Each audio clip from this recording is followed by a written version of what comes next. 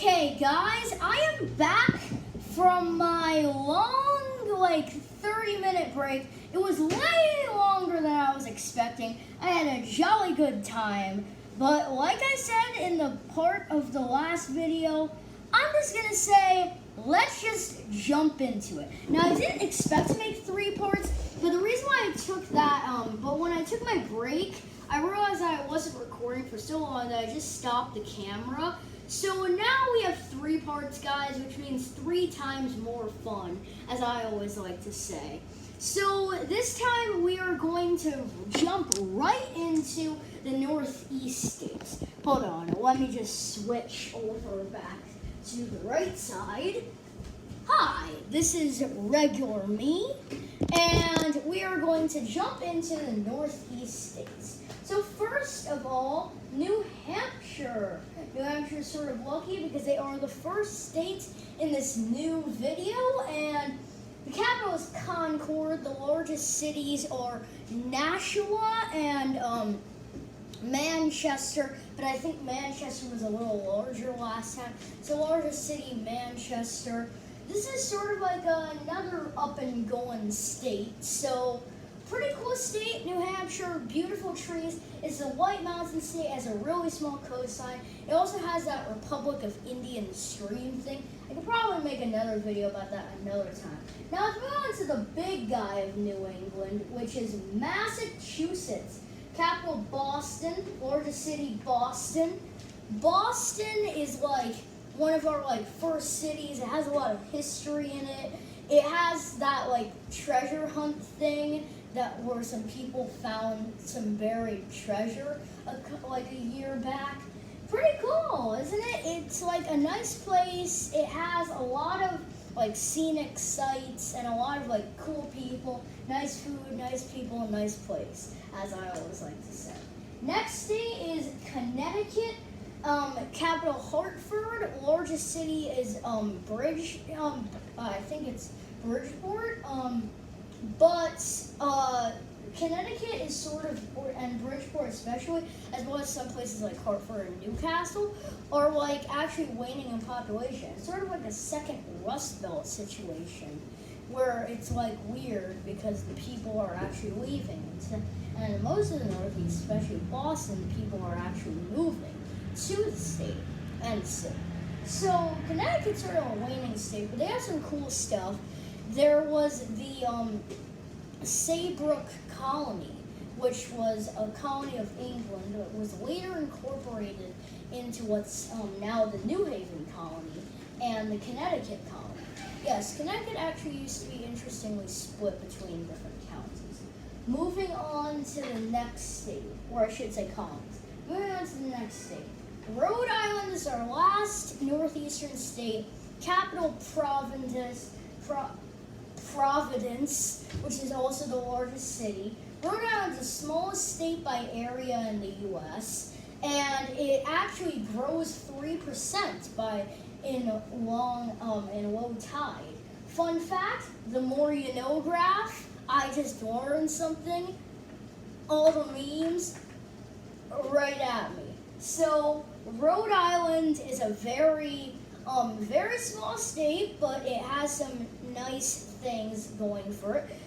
For example, the Narragansett tribe once called Rhode Island its home, but due to settling, they were unfortunately evicted from Rhode Island, and like many other tribes, they were unfortunately sent on the Trail of Tears to Oklahoma, where there is a small Narragansett band located today.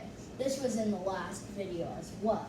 Rhode Island, despite being small, is mighty, and surprisingly, there are actually 28 countries that are smaller than Rhode Island. Alright, now that we're done with the Northeast, we're going to move on to a state that I said in the last video deserves its own category. Texas. I'm using this color for Texas because I haven't used it yet. Texas is the Lone Star State. It's crazy. It's cowboys and rodeo and other things, and it's crazy. And the capital is Austin. The largest city though is Houston. And however, the largest metropolitan area in Texas is the Dallas-Fort Worth metropolitan area. Dallas is the second largest city in Texas, with Fort Worth being close behind. It's not the third largest city though, I don't think at least. But Fort Worth and Dallas are both economic hubs. Austin, the capital, is also a pretty big city. Then in the south, there are 3 cities of prominence. There's Brownsville, there is McAllen, and there's Laredo. And then of course there's El Paso sitting all the way in the west. Texas, fun fact, actually used to be its own republic for 8 years. And during the Texas Revolution of Independence, it declared independence from its former overlord, which was Mexico. However, it joined America 8 years later due to Mexican troops stationing on the border and a possible invasion. This later led to the Mexican-American War. During the war, all of the West that is now a part of the U.S., except for a little strip known as the Gadsden Purchase, which we'll get into later in another video, was given to America. And Texas used to stretch all the way up into Wyoming and claimed all the territory up into Wyoming. However, senators, especially Whig senators and the new Republican startup senators, did not like this idea of making a state that stretched into this area that consisted of this amount of land. So they come up with a proposal. Basically, they would split Texas into 2 parts. There would be the main part of Texas, where most of the people live, which would be the part of Texas which would become the state of Texas. And the rest would become territories that would become states later.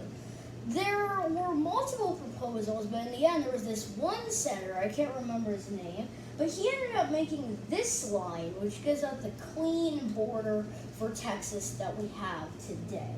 Okay, next, we are going to talk about the states. It's the Prairie States. These are the states in the middle. These are the flyover states. These are the states where you can say, "Mommy, Daddy, are we there yet?" Yeah, those mean, like, you're in the car and you're driving, and then there's just this random kid who's like, "Mommy, Daddy, are we there yet?" Yeah, we're talking about those states.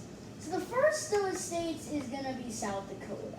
South Dakota is a farming state. It's also one of the states where the most Native Americans live. The capital is Pierre, but I think it's Pierre, I don't know. But the largest city is, I think, Sioux City, I'm pretty sure. They have a lot of Native American tribes, mostly the Oglala Dakota Nation, which has about 4,000 members, making it the 4th most populated nation in the United States. And they also have some other tribes like the Cheyenne, a little bit of the Ojibwa, the Yanktonai, and some other tribes as well. So really interesting, South Dakota, pretty good state. Next state, Nebraska, or the home state, birth state of Malcolm X, who was unfortunately assassinated. Another important civil rights figure like that, like I said, we will talk about in a future video. The capital is Lincoln, but the largest city is Omaha. And Omaha is known as one of the capitals of the Prairie States. It's one of the largest cities in the Prairie States. There are not as much Native Americans here as their brothers South Dakota and Oklahoma, but there are a lot of natives that were exiled away from the state, and they do have a few natives like the Cheyenne still living in the state, or the Osage, but a lot of them have left the state for other states like Kansas, Oklahoma, South Dakota, because this is one of the places that was one of the fastest industrialized. Now, this state is one of those another states. It's probably the first actual state where you can say it's one of those states where you can say, like, "Mommy, Daddy, are we there yet? Are we there yet?" The memes live on. Are we there yet? Are we there yet? Are we there yet? So, yeah, this is like the "Are we there yet" states. Also, they're flag, fun fact, is so hard to replicate. It's one of the worst flags in America. It's one of those like blue background flags that it's impossible to draw. And it's so hard to replicate that once they accidentally flew the flag upside down in the state capitol and no one noticed it except for one guy. And if that happens, it really shows that U.S. states should change their flags. The only state that's listened so far that I know of is Mississippi and Georgia, who changed their flags from Confederate flags to regular flags. But anyways, I've given Nebraska far too much screen time. So it's time to move on to the next state, Kansas. And I believe we will finish the rest of the states in this video because I really don't want to make a part 4. Kansas's capital is Topeka. And I believe the largest city is East Kansas City, but I would have to check my facts for that. But Kansas and Missouri sort of have this rivalry thing going on. Kansas sort of started the Civil War due to a thing called Bleeding Kansas. Bleeding Kansas, since it wouldn't be enough time to talk about to make another video, I'm just going to tell you what it was now. Bleeding Kansas was basically a movement where Kansas said that Kansas and as well as Nebraska, but mainly Kansas, were territories back then. And when they were created, people debated if they should be slave states or free states. So they made a dumb compromise where they would basically agree that Kansas and Nebraska's people living in the states would get to choose if the states would be free or slave. And what ended up happening is pro-slave people that owned slaves mostly, started moving west into Kansas and Nebraska. Same thing with pro-free senators and people.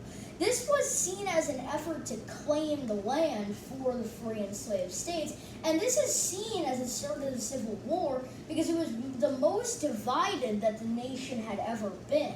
Eventually, Kansas and Nebraska screwed away with that compromise and decided they were going to be free territories within the Union, mostly to the help of one John Brown, which I should probably make a whole another video about as well. But anyways, now we're done with the Prairie States, and Kansas is also a flyover state, which means that we can move on to the next category of states, the Rocky Mountain states, and we can finish off the Rocky Mountain states. It's getting pretty late, so I believe this is going to be the last video. Okay, starting up, New Mexico. The state of New Mexico is capital Santa Fe. It touches Mexico to the south, but the largest city is actually Albuquerque. Santa Fe is actually the 4th largest city, after Las Cruces and another place that I can't remember the name of. They have a lot of nuclear bomb testing going on in World War II.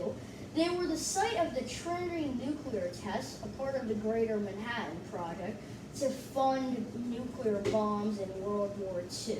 They also there's a place in New Mexico, there's a county in New Mexico called Los Alamos County, which is the smallest county in the western United States and one of the least populated counties in the western United States. Not the most least populated, just one of the least populated. And it is also one of the only counties that was strictly created by government reasons. It was actually strictly created and carved out of Sandoval County for participation in the nuclear bomb program, and it was administered by the U.S. federal government directly until after World War II, when a separate county government was created, which is pretty cool. And it's weird to see that the U.S. would just carve, divide, carve, and more divide. Next state is Arizona. This is like another one of those new and growing states. It's like a new thing that's popping up. And a lot of people are moving here. It's the 5th most populated state, and its capital, Phoenix, is also the 5th most populated city in the United States. It's sort of rivaling California as a power in the West Pacific area, and it has a lot of startups as well. It's also sort of a place where people have like learned how to survive. Its capital city, Phoenix, has a really cool flag. It's like a maroon field with a phoenix in the center. It's a really good flag. It might be one of my favorite flags, maybe even my favorite flag in the United States. It's a really good flag, and I think that maybe you guys should check it out. I might, on that note, I'm going to move into the next state, Montana, which is the 4th largest state and the 3rd largest in the lower United States. However, it is not very populous. The capital is Helena, but the largest city is Billings, and Missoula, which is another very prominent city. Montana is like one of those places where you can like run from the law and no one will ever suspect you're there because it's just so obscure. The capital, Helena, doesn't even have 200,000 people, making it really, really small. And Billings doesn't have that much to offer either. It touches Canada and has a little bit of Yellowstone National Park. It also has Glacier National Park. And some people have said that it is the most breathtaking state with the best national parks. I mean, they do have freaking Glacier National Park, which means that they're going to be pretty high up on that list. The next state is Idaho. This is another one of those places where you can sort of run from the law. It has an awkward panhandle. Originally, the Idaho Territory encompassed all of western Montana as well, which is why Montana looks sort of strange and why it looks like it almost has like a face. The capital is Boise, which is also the largest city, and it is also the state that was rated to have the worst nightlife and the most hate groups per capita, which is not a very good record. And it is the last of the Rocky Mountain states. But fun fact, before we end the Rocky Mountain states part of this video, there's one thing I gotta mention about Idaho. In Idaho, there's a little corner of Yellowstone National Park where technically you can murder anyone you want. Because of a weird article in the Constitution saying that you're free of charge in this little section of Yellowstone National Park in Idaho, you technically can get away with murder in that section. All right, we only have 3 states left, which means yes, I will live up to my promise, and I will finish this video with this series with 3 parts. So the next state is going to be Nevada, which is which is one of our last Pacific states. The capital is Carson City. The largest city is surprisingly Las Vegas or Sin City. This is the gambling capital of like the world. Like, I think if you think of Nevada, you can't really, these are the 2 things that come to mind, for me at least. Nuclear testing and gambling. That's just what comes to mind when I think of Nevada. Sorry guys. They also have a cool place called the Republic of Malacia, which is one of those micronations where this guy decides to declare independence, but he has little to no recognition. But it's pretty cool to see people that will try so hard to create their own country. This is a Pacific state. It's a real...